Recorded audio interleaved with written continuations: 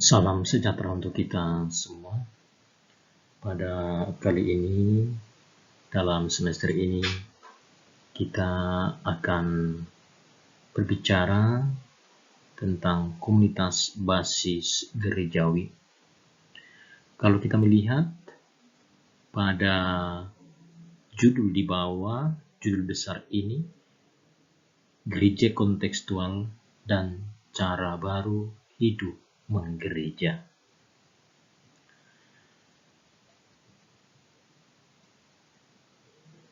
Pada dasarnya, ketika kita berbicara tentang komunitas basis gerejawi ini, pada zaman dan konteks kita saat ini, bahwa lewat komunitas basis gerejawi, sebagaimana yang diharapkan oleh gereja, justru inilah yang menjadi gereja real, gereja kontekstual. Dan para uskup kita juga mengatakan bahwa komunitas basis gerejawi ini menjadi cara baru hidup menggereja saat ini. Tentunya bahwa ini didasari pada kitab suci yang sering kita sebut sebagai dasar biblis. Bisa kita cek nanti dan kita lihat nanti dalam Kisah Rasul bab 2 ayat 42 sampai 47. Di sana dikisahkan dan diceritakan bagaimana kehidupan jemaat perdana para rasul dengan cara hidup mereka sungguh-sungguh menjadi teladan contoh baik pada komunitas mereka sendiri maupun komunitas di luar jemaat perdana ini. Dan nanti akan kita lihat bagaimana komunitas basis gerejawi ini menjadi gereja yang kontekstual dan cara baru hidup menggereja. Namun sebelum kita jauh lebih melangkah berbicara tentang komunitas basis gerejawi, pada kesempatan ini juga saya harus menyampaikan kepada kita semua apa yang menjadi tujuan perkuliahan kita ini. Pada akhir perkuliahan ini, saya berharap bahwa kita semua mahasiswa-mahasiswi memahami secara benar apa yang dimaksudkan dengan komunitas basis gerejawi. Dalam pemahaman itu bukan hanya berdasarkan teori saja, tetapi ketika kita pun masuk dalam praktek, dalam pelaksanaan web, kita akan mampu memahaminya dan menjalankannya dengan baik. Untuk itu, apa yang harus dibuat supaya komunitas basis gerejawi itu sungguh-sungguh menjadi KBG, baik di internal paroki maupun KBG dalam kaitannya, hubungannya dengan sesama yang ada di sekitarnya. Tujuan yang ketiga jauh lebih penting, dan ini juga sejauh mana KBG itu menyasar dan memberikan dampak yang positif bagi masyarakat di luar komunitas basis gerejawi itu sendiri. Maka apa tujuan KBG dibentuk dalam setiap paroki di sebuah wilayah? Dan apa pengaruh dari KBG ini ketika mereka sungguh-sungguh sudah mampu berdaya, mampu menghidupi komunitas basis gerejawi sendiri, dan tentunya apa yang menjadi pengaruhnya dalam keberagaman, kebersatuan, secara khusus dalam peningkatan moderasi beragama di wilayah kita dan secara umum di negara Indonesia ini.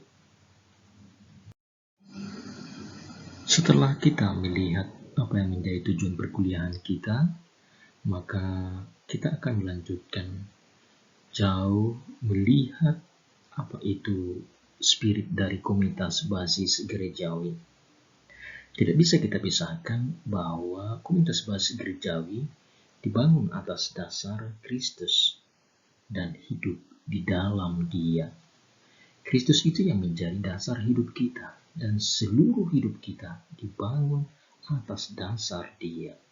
Maka spirit yang sangat penting yang pertama itu adalah mendengarkan sabda Allah, mendengarkan Dia. Yang kedua, memusatkan seluruh doa kita pada Ekaristi. Dan yang ketiga, hidup dalam persekutuan yang ditandai oleh sehati sejiwa di antara para anggota dan saling berbagi menurut kebutuhan para anggotanya. Itu dalam Kisah Para Rasul.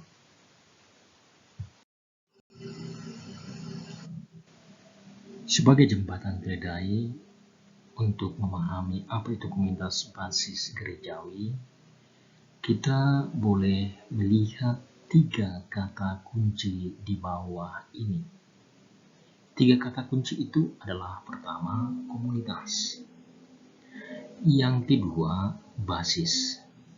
Dan yang ketiga, gerejawi. Dan inilah yang akan menentukan nanti apa itu KBG. Setelah kita melihat kata kunci di atas, komunitas, basis, dan gerejawi ini, maka sekarang akan kita lihat satu persatu apa itu komunitas. Komunitas ini selalu dihubungkan dengan komunio, yakni kesatuan Trinitas Allah Bapa, Allah Putra, dan Allah Roh Kudus. Di sana ada situasi hidup bersama, persekutuan yang damai, dan hubungan yang akrab karena anggota komunitas saling mendukung, hidup saudara satu sama lain. Sementara basis mau menegaskan akar rumput yang paling dasar dari himpunan umat beriman gereja, dan inilah yang paling dasar, yang paling mengakar soal basis ini.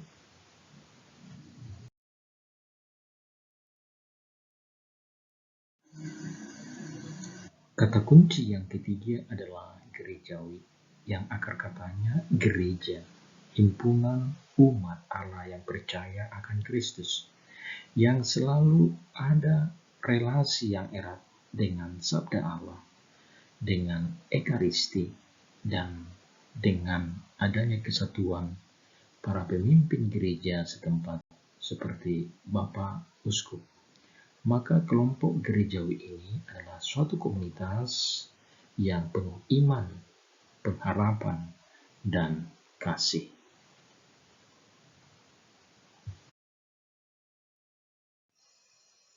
Maka saudara-saudari sekalian, bila kita mau bertanya, apa yang melatar belakangi munculnya KBG ini? Ini akan kita lihat untuk selanjutnya.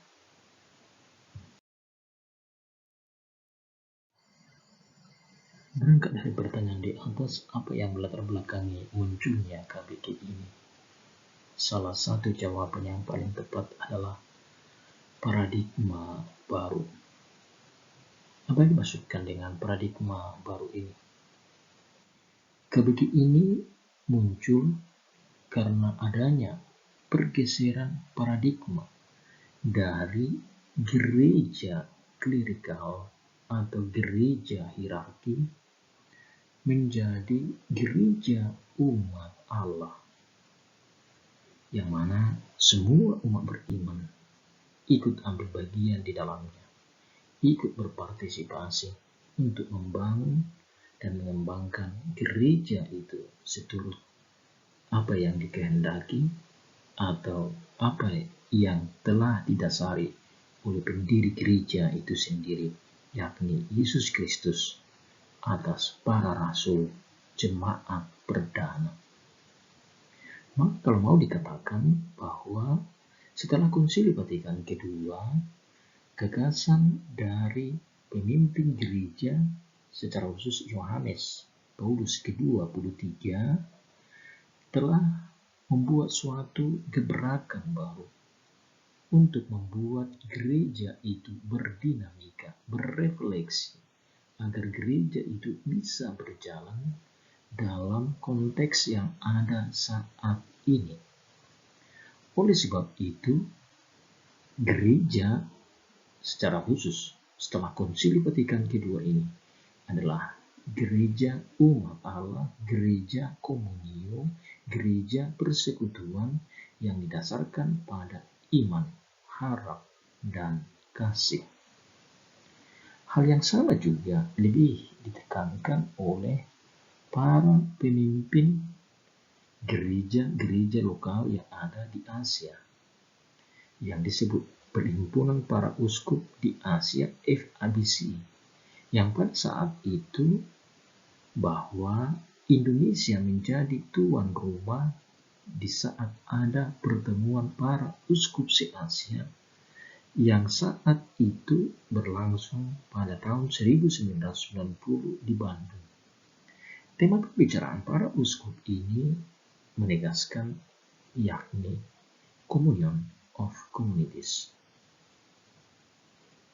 Ini juga lebih ditekankan di sini bagaimana peranan gereja itu dilihat dari segi komunio. Ada kebersatuan dari semua paguyuban.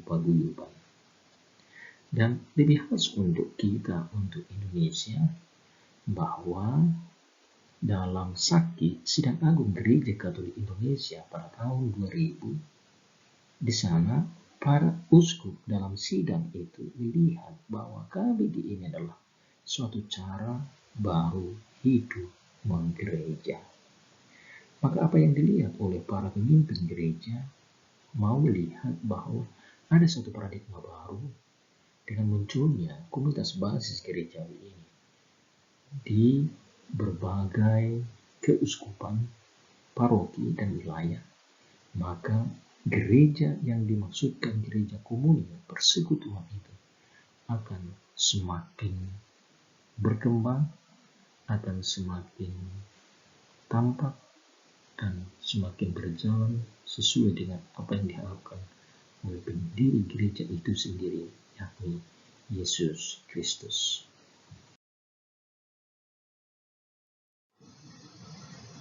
Dengan demikian, apa yang menjadi ciri-ciri komunitas basis gerejawi? Mengapa kita sangat getol menekankan bahwa KBG ini sangat penting? Maka akan kita lihat ciri-ciri komunitas basis gerejawi. Ciri-ciri KBG yang pertama adalah persaudaraan.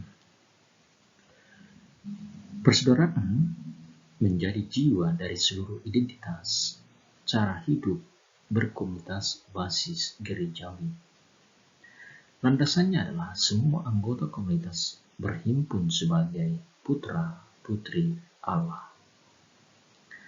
Sebagai orang-orang yang bersaudara, satu sama lain akan saling meneguhkan, akan saling menyokong, dan akan saling menampakkan bagaimana cinta kasih satu sama lain. Semangat persaudaraan jemaat perdana sebagaimana yang dilukiskan dalam Kisah Rasul bab 2 ayat 42 sampai 47. Nanti bisa kita lihat dalam kitab suci kita masing-masing bagaimana kisah para murid ini. Yang ketiga, yang ditekankan dalam persaudaraan ini, di dalamnya ada suasana yang dominan dalam pertemuan, yakni adalah kasih. Kasih itu sangat tampak dalam persaudaraan sejati, persaudaraan di antara mereka. Tetapi persaudaraan dalam komunitas ini tidak terbatas hanya pada saudara yang seiman dalam lingkungan komunitas. Persaudaraan yang dibangun adalah persaudaraan lintas komunitas, lintas agama, lintas suku, dan lain-lainnya. Maka akan kita lihat nanti seperti yang pernah saya ungkapkan pada saat pengantar, apa pengaruh KBG ini dalam hidup bermasyarakat?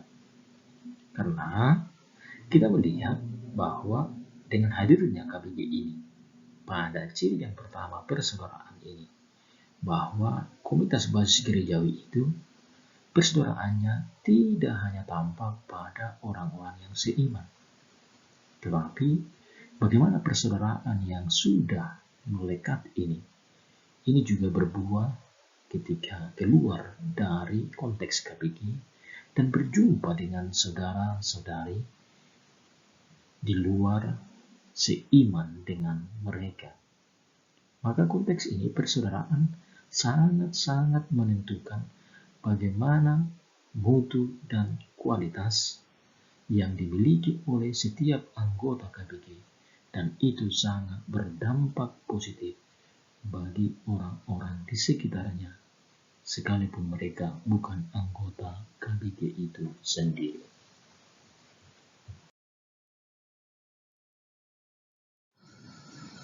Ciri KB yang kedua adalah komunitas. Apa maksudnya komunitas ini?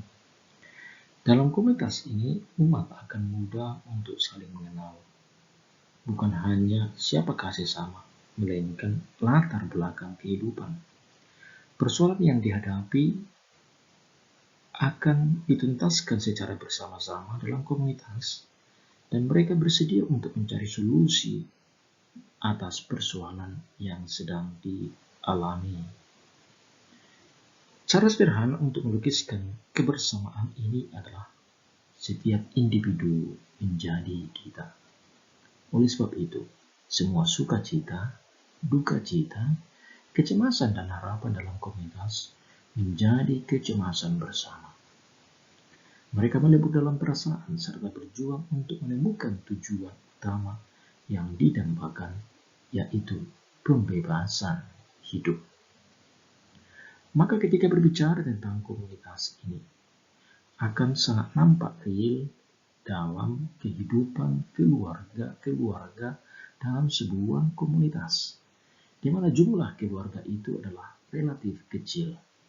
KBG yang berada di tingkat akar rumput berhimpun dalam komunitas kecil, maka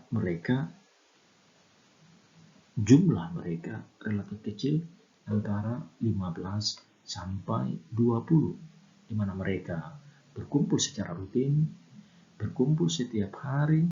Di sana mereka mendengarkan sabda Allah, di sana mereka merayakan iman mereka, dan itu akan tumbuh, berbuah, dan sangat-sangat berpengaruh di luar komunitas mereka sendiri.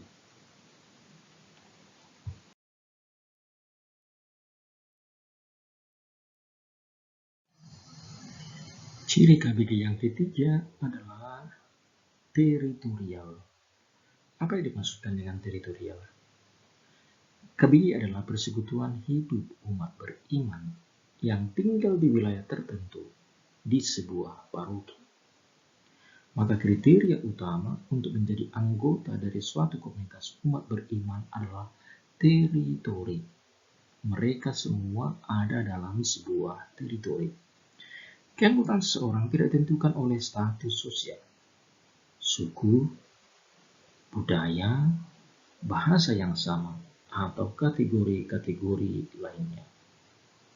Dalam konteks gereja, aspek teritorialitas dari suatu komunitas dipahami sebagai lokus interaksi keberadaan manusia dengan segala aspek kehidupannya, yakni bisa dilihat dari kacamata kulturalnya, politisnya, ekonomisnya, sosial, lingkungan hidup, dan sebagainya. Maka di dalam teritori tertentu, kebersamaan hidup manusia dialami secara nyata. Maka teritori ini sungguh-sungguh sangat berpengaruh bagaimana mengembangkan, dan ini juga menjadi ciri salah satu dari KBG itu, yakni teritori. Jadi kebersamaan itu tidak ditentukan hanya pada sebatas suku yang sama, bahasa yang sama, budaya yang sama, atau hobi yang sama, tapi tidak. Semuanya itu ditentukan oleh teritori, di mana di teritori itu hidup berbagai aspek.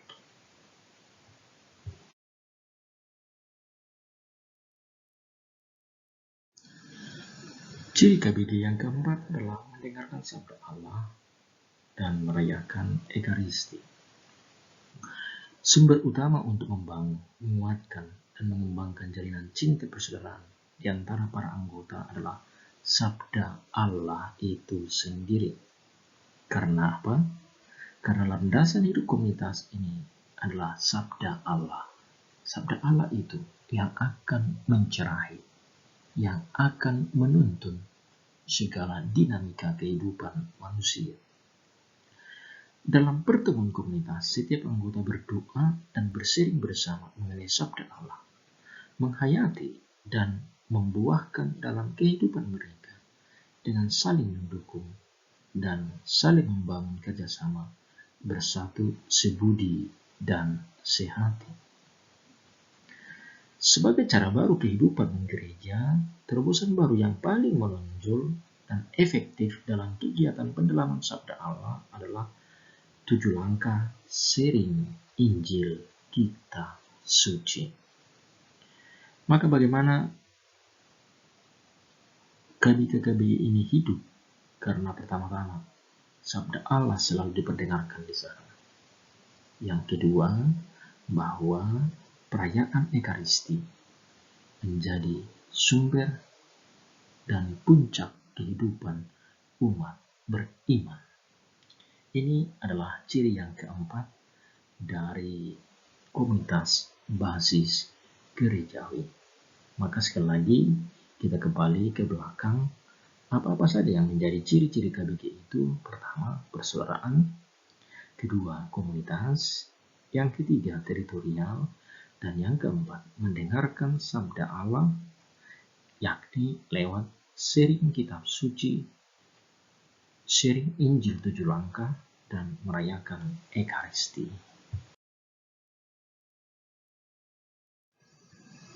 Ciri yang kelima dari KBG itu adalah adanya aksi sosial dari semua anggota KBG, yakni untuk menghadirkan kerajaan Allah. Apa maksudnya menghadirkan kerajaan Allah? KBG adalah basis persemaian kerajaan Allah. Semua anggota komunitas harus berjuang untuk menjadi pribadi yang membebaskan bagi siapapun saja karena sudah menjadi anggota kerajaan Allah. Maka semua anggota komunitas harus hidup dalam semangat cinta, hidup dalam kebenaran, keadilan, dan damai yang merupakan isi dari kerajaan Allah itu sendiri.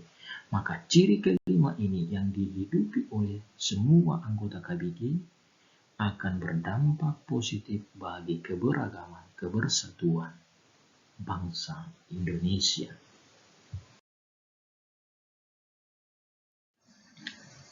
Oleh karena itu, saudara-saudara terkasih, apa pengaruh KBG terhadap masyarakat plural saat ini? Secara singkat, bisa kita katakan,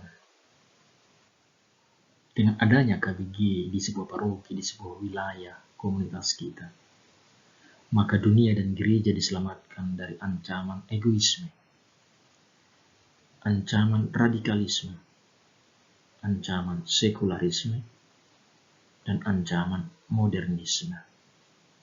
Karena semakin kuat kesatuan itu dalam KBG itu yang didasari oleh nilai-nilai Injili, yang didasari oleh semangat Kristus, maka KBG itu akan tumbuh dan berkembang dan sangat berpengaruh dalam dunia masyarakat di sekitarnya.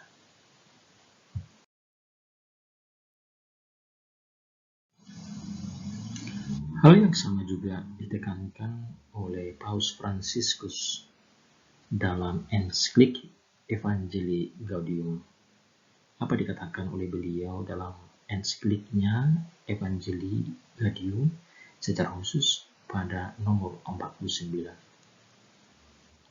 Gereja Usita, gereja yang keluar, yakni gereja yang bergerak keluar menawarkan kepada siapapun orang supaya mengalami kasih dari Kristus sendiri. Gereja yang keluar, gereja yang tidak diam, tetapi selalu pergi keluar, menawarkan kasih Kristus itu kepada semua orang.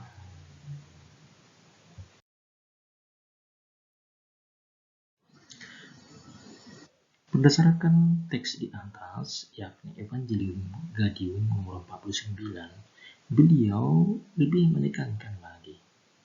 Apa dikatakan oleh Paus Fransiskus? Saya lebih menyukai gereja yang memar, yang terluka, yang kotor, karena telah keluar di jalan-jalan, daripada gereja yang sakit, karena menutup diri dan nyaman melekat pada rasa amannya. Inilah lebih dalam, lebih mendasar apa maksudnya gereja usita, gereja yang keluar, daripada gereja yang nyaman pada dirinya sendiri, tapi dia keluar, menawarkan rahmat, menawarkan kasih itu, sehingga kesatuan semakin kompak dan semakin kuat dalam gereja maupun di luar gereja Katolik sendiri.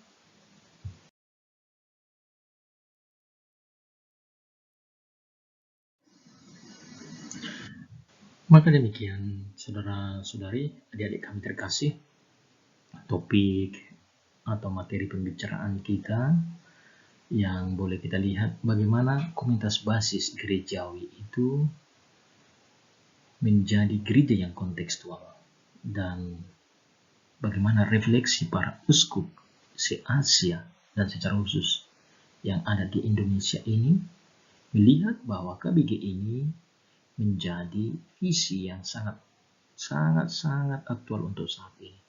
Dan mereka meminta supaya KBG ini menjadi cara baru hidup gereja. Cara baru hidup gereja artinya ini menjadi kekhasan dari gereja itu sendiri lewat ciri-ciri yang sudah dijelaskan tadi.